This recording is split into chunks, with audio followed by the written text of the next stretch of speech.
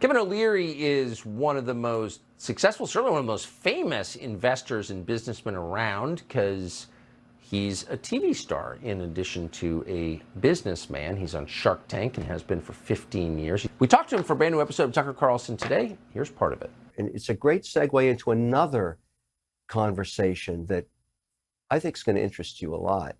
The government in 2020, all of those programs to put money into the economy, Yes, the helicopter money, are being debated now. Were they too roughshod? Were they too fast? Were there not enough rules?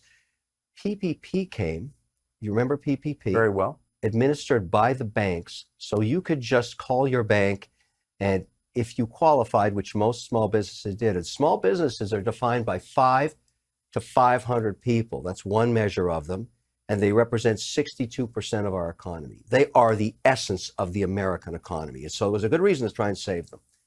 And they announced another program, and I didn't even know about this. I learned about it through this mandate we're doing in North Dakota when Treasury funded the North Dakota Venture Fund. They also funded something else called the Employment Retention Credit. It's based off your W-2. So if you had employees in 2020 and 2021, you can get up to $26,000 cash per employee, not as a loan, as a one-time grant, but not like PPP, because PPP was administered by the banks, which you have a bank account if you're a business. You need to apply through a very arduous, difficult process for this. The program itself is 170 pages long.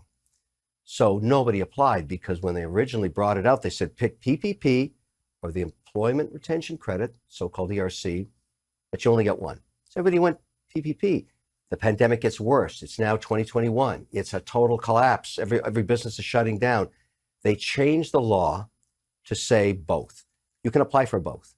So if you're a business, the government spent billions of dollars back in 2020 or 2021.